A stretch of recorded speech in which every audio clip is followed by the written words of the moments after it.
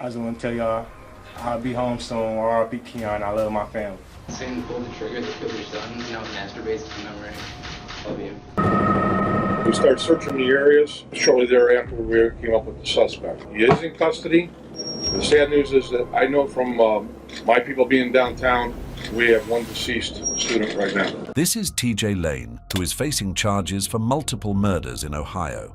In February 2012, Lane, who was 18 at the time, launched a terrifying attack at Chardon High School in Ohio.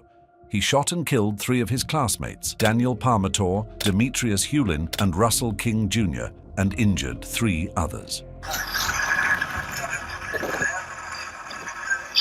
If you thought Lane's actions were horrifying, his conduct in court was equally appalling. During his trial, Lane made a shocking fashion statement by wearing a blue button-down shirt, which he unbuttoned to reveal a white t-shirt with the word "killer" boldly written on the front.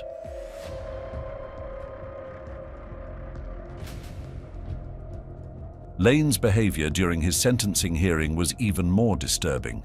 Showing no remorse, he laughed, smiled, and hurled vile and unprintable words at the victims' families as they delivered their impact statements. You don't know kind. You're evil. Same pull the trigger that killed your son, masturbates to memory of you. I will miss Demetrius, and I have enough memories to last me a lifetime. That child stole my baby's life, and he should never be able to do this to anyone ever again. I hate you for the pain you have caused, Nick. You chased him down the hall. Daniel Parmator's mother, Dina Parmator, also confronted Lane, but he only chuckled in response.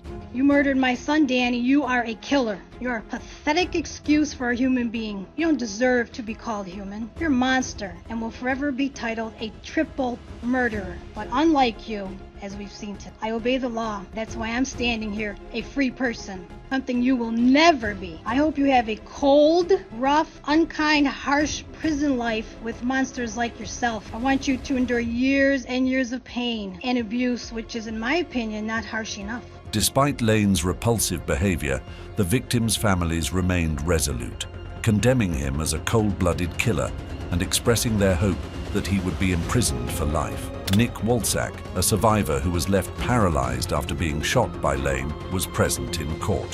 One of the survivors, Nick Walczak, sat in a wheelchair in the back of the courtroom for today's hearing. The judge expressed disbelief at Lane's actions, noting that the motive behind the rampage remained unknown. Ultimately, Lane was sentenced to 3 life terms in prison without the possibility of parole. Lane's behavior in court was reprehensible, but he wasn't the only convict to laugh in court. Another case is that of Tyrell Webster. Tyrell Webster was convicted of murder for killing Grover Watson over Easter weekend. This is Tyrell Webster, who is facing charges for the brutal murder of Grover Cleveland Watson Jr. in Ohio. In April 2012, during an argument at a home on Osage Avenue, Webster shot and killed Watson. According to Watson's sister, Carolyn O'Brien, and he was taken from us on my brother's birthday. The argument escalated when Webster became violent towards his pregnant girlfriend. Webster, who comes from a criminal background as the brother of the notorious tri-state killer Lonnie Webster, exhibited disgraceful behavior in court. During his sentencing hearing, O'Brien recounted how her brother was killed on his birthday. And he was taken from us on my brother's birthday, which hurts very, very. And expressed initial forgiveness towards Webster, explaining he didn't fully understand the consequences of his actions. Do that matter? Yes, it does. At this moment, Webster laughed. Just so you know, he's laughing right now. I really don't care about this, because you know what, you laughing now. But the moment they get you behind those prison walls for the rest of your life, you will be somebody's girlfriend. And that smile will no longer be on your face. It will be tears. O'Brien, who is legally blind, asked the judge for assistance in locating Webster in the courtroom so she could look him in the eye while speaking. Judge Lubers informed her that Webster was laughing at that moment. O'Brien responded powerfully, telling Webster that his laughter would soon fade once he was imprisoned for life, even implying he would become someone's girlfriend in prison. You will be somebody's girlfriend, and that smile will no longer be on your face. It will be tears. Any hopes of leniency for Webster vanished during his sentencing hearing when he arrogantly responded, "Do that matter?" and let out an audible groan. Tyrell Webster smirked. Do that matter? Yes, it does. When asked routine questions about his education. After a swift 1-hour deliberation following a 2-week trial, the jury found Webster guilty of murder. He was sentenced to 18 years to life in prison. The judge sentenced Webster to 18 years to life behind bars. However, Tyrell Webster's case pales in comparison to the notorious case of Dante Wright. This is Dante Wright, who is facing charges of murder in Detroit, Michigan.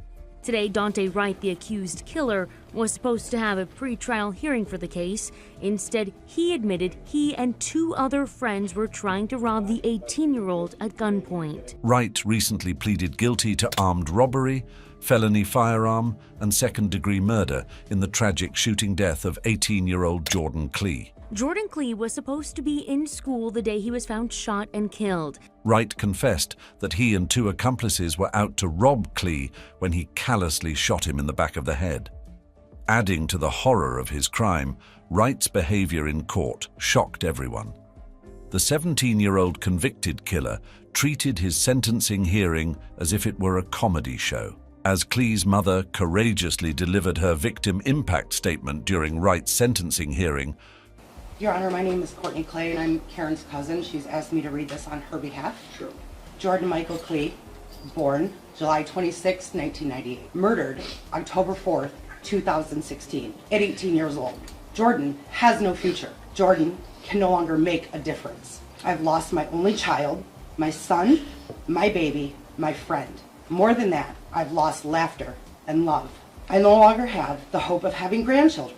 I've lost the enjoyment of holidays and birthdays and of everyday life. As a mother, or any parent ages, her children are there to care for her. But now in my life, I walk this journey alone. I no longer have that luxury because that was carelessly and cruelly taken from me. I could continue with all the loss. I won't. This year was supposed to be a year of celebration. Wright's reaction was infuriating. He began smiling and behaving as if he had done nothing wrong. Why you thought his death was an acceptable response to your jealousy or desire to what he had. Drugs, clothes, money, jewelry, phones, shoes, whatever it was that you felt you needed more than his life. Your why will never be better than his life. Your want will never trump my son's death. You get to live, get to wake up every day. Your life continues. I sincerely hope that whatever it was you wanted so badly. He even posed like a celebrity and told his family he would be out soon. I just want to tell y'all, I'll be home soon. R.I.P. Keon, I love my family. That's all you got to say. Judge David Swartz was visibly disturbed by Wright's disrespectful behavior. He even considered rejecting the plea deal and taking Wright to trial for a harsher sentence. You know, I have never in 23 years approximately ever not accepted a sentence agreement between the parties because it's bargained for, sentenced by the parties. But watching you sit there, smile and laugh and shake your head like this was no big deal, I'm very tempted to just say, I'm not going to accept this sentence agreement. We'll go to trial, and if you're convicted of felony murder, you'll go to prison for the rest of your life. That means you'll die there. That's what I'm tempted to do. Mr. Bella, do you want me to accept this sentence agreement? Swartz addressed Wright saying, I've been watching you sit there, smile and laugh and shake your head like this was no big deal. It's easy to see why the judge was tempted to impose a stricter penalty.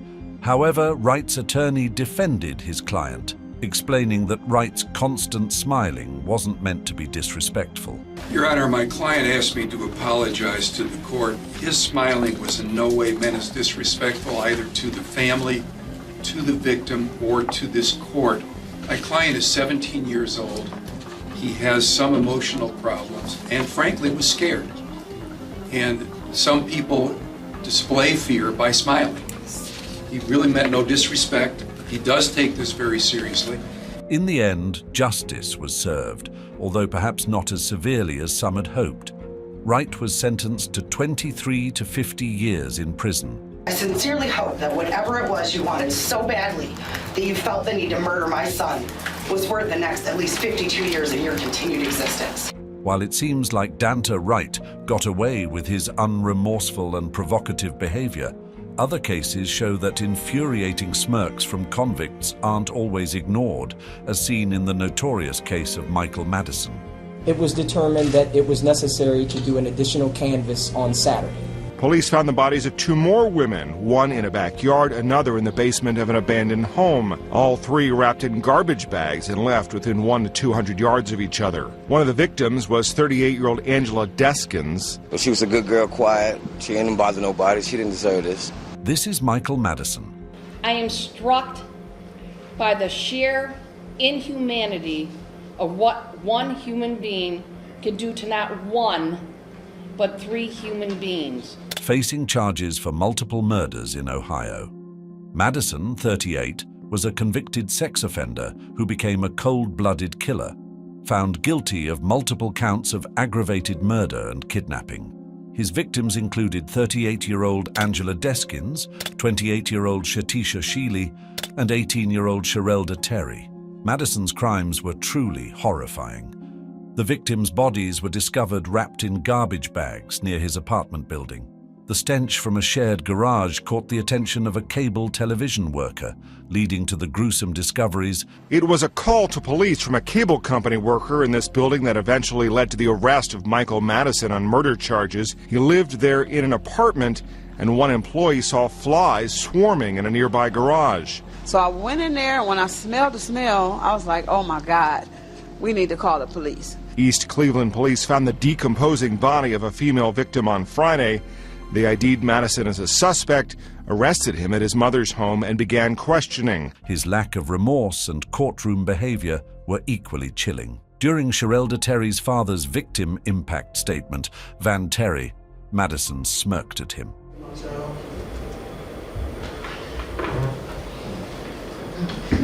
In a fit of raw emotion, Terry lunged at Madison, trying to wipe the smirk off his face. Chaos ensued as courtroom deputies restrained the distraught father, while Madison remained unfazed.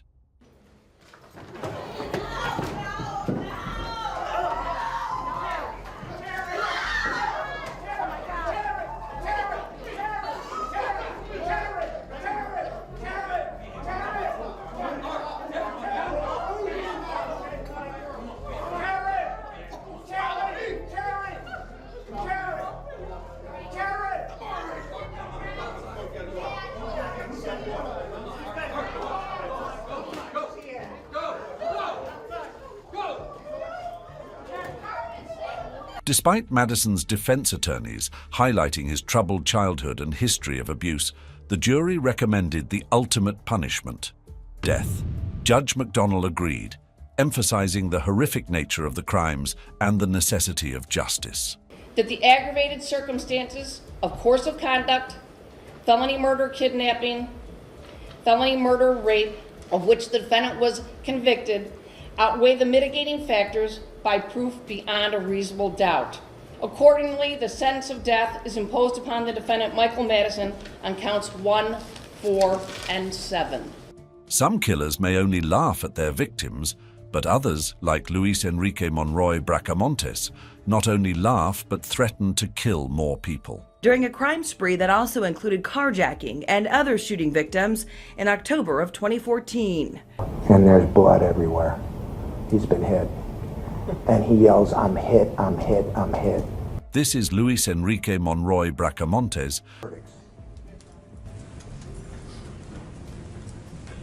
facing charges for multiple homicides in Sacramento, California. Braam-Mones is on trial for the senseless killing of 2 Northern California sheriff's deputies. A Mexican citizen who repeatedly entered the United States illegally, Braam-Mones' wife, Janelle Monroy. Her defense claims she was a victim and not part of her husband's 2014 crime spree. Is also charged in the deputies' slayings. The defense argued that anti-immigrant sentiment, fueled by President Trump, tainted their client's chances of a fair trial. They even attempted a plea of not guilty by reason of insanity, but were unsuccessful. Braam-Mones' courtroom outbursts were shocking. During prosecutor Rod Norgaard's opening statement, which detailed the firefight that killed Deputy Danny Oliver and Detective Mike Davis and left Deputy Scott Brown retreating under heavy fire, Bracamontes laughed and called Deputy Brown a coward. Bracamontes proudly declared his intention to kill more officers, showing zero remorse. He taunted the jury, claiming he would escape from prison and kill more people, showing complete disdain for the trial process. You further find the allegation that the defendant used and intentionally and personally discharged a firearm. I will break out soon and I will kill more. Judge Steve White had to warn Bracamontes to remain silent. There's no need to promote the Be silent. Be silent. Despite the defense's argument that these outbursts proved their client's mental unfitness, the judge ruled Bracamontes competent to stand trial. He was found guilty of 2 counts of first-degree murder with special circumstances and sentenced to death. Did unlawfully and with malice aforethought commit murder in the first degree of Sacramento County Sheriff's Deputy Daniel Oliver. We find the defendant guilty. You further find the allegation that the defendant used and intentionally and personally discharged a firearm, to wit, a 9mm handgun, and thereby approximately caused the death to be true. If you thought these killers laughing were shocking, you'll be shocked by convicts showing no respect to victims' families in court.